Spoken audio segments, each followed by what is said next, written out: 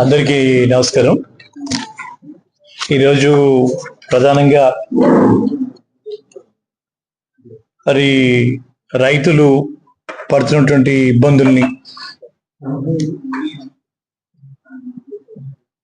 గతంలో మనం ఒకసారి ధర్నా కార్యక్రమంలో ప్రభుత్వ దృష్టికి తీసుకెళ్ళినా దున్నపోతు మీద వర్షం పడితే ఎట్లా ఉంటుందో స్పందన అలాగే ఉంది. ఎక్కడ కూడా ఏ మాత్రం కూడా జాగ్రత్తలు లేవు. స్వయంగా వాళ్ళ పేపర్ అనుకునేటువంటి ఈనాడు, జ్యోతిలో రాసిన ప్రభుత్వానికి చురుకు రావట్లేదు. రైతుకు జరుగుతున్నటువంటి ఇబ్బందుల్ని చాలా తక్కువగా అంచనా వేస్తున్నారు. అంటే చంద్రబాబు నాయుడు గారి నైజం వ్యవసాయం దండగనేది ఆయన అభిప్రాయం పలు సందర్భాల్లో వ్యక్తపరిచారు. రైతులే మోసపోయి మళ్ళా ఆయనకు అవకాశం ఇవ్వటం వల్ల ఇవాళ మళ్ళా ఇటువంటి పరిస్థితిని మనం ఎదుర్కొంటాం. ఒక చక్కటి వ్యవస్థ, ఆర్బీకే వ్యవస్థ తీసుకుని వచ్చి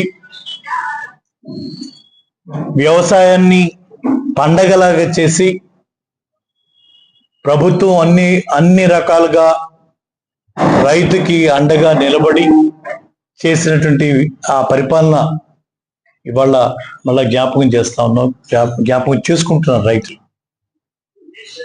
ఇది నుంచి ప్రత్యేకంగా కృత్రిమమైనటువంటి కొరత ప్రభుత్వం దగ్గర లేక కాదు.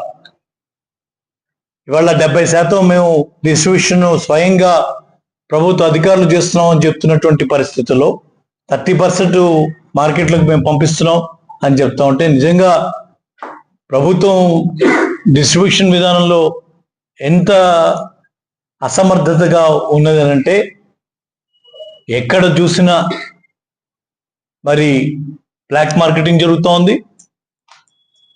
అటు విచ్చలవిడిగా అధిక ధరలకి షాపులు అమ్ముకుంటా ఉన్నారు.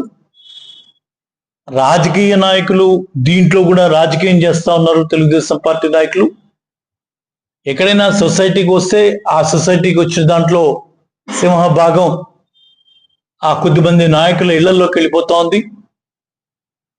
వాళ్లే పెత్తనం చేస్తున్నట్టుగా కొంత చేస్తా ఉన్నారు.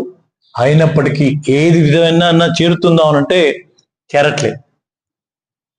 ఇవాళ రైతు